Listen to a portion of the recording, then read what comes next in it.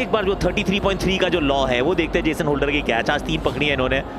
तो उसमें कहते हैं कि बॉल आपके हाथ में आए तो बॉल पे कंट्रोल और आपकी मूवमेंट पे कंट्रोल, उस समय तक बॉल जमीन पे टच नहीं होनी चाहिए, ये कंट्रोल में है।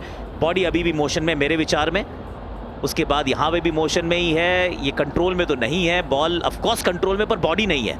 बॉडी नियंत्रण में आएगी जब बॉडी रुकेगी, यहाँ पर ज़मीन पे टच हो गई। क्योंकि उसके बाद ना इरफान, अगर अगेन इंटरप्रिटेशन पे है कि उठते समय जब यहाँ रुक गए ना, ये मूवमेंट खत्म हो गई, उसके उठते समय अगर आप बॉल के सहारा लेके उठ भी जाओ तो नो प्रॉब्लम, लेकिन जब आप स्लाइड कर रहे थे तब वो गेंद ज़मीन पे टच नहीं होनी चाहिए थी। जितना मेरी समझ में आया, एक तो खेल हमारा ऐसा है, सारे खेलों में रूल होते हैं, हमारे पास लॉज हैं, तो अब ये लॉ मेरी समझ में जो आया 33.3। और यहाँ पे अंपायर क्या सोच रहे हैं?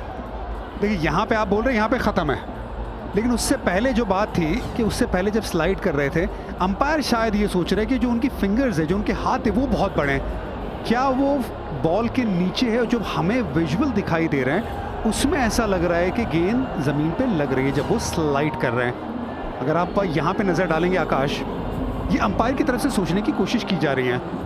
लॉ तो एकदम क्लियर है, आपने बहुत बढ़िया एक्सप्लेन कर दिया, लेकिन जो फिंगर है ना, वो क्या गेंद के नीचे नज़र आ रही है और बॉल टच नहीं हुई है।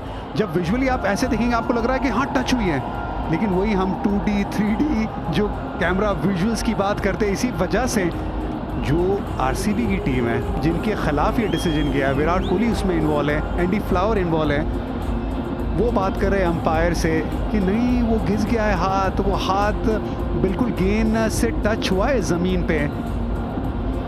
हार्ड डन फील कर रहे हैं आरसीबी का खेमा। रूल लॉ जो है वो हमारे बड़े क्लियर है, लेकिन विजुअली भी तो और ज़्यादा बेहतर क्लैरिटी की ज़रूरत है ना। है तो सही, करे क्या, ये है ये बड़े रेयर, ये हमारा स्पोर्ट ही बड़ा रेयर है।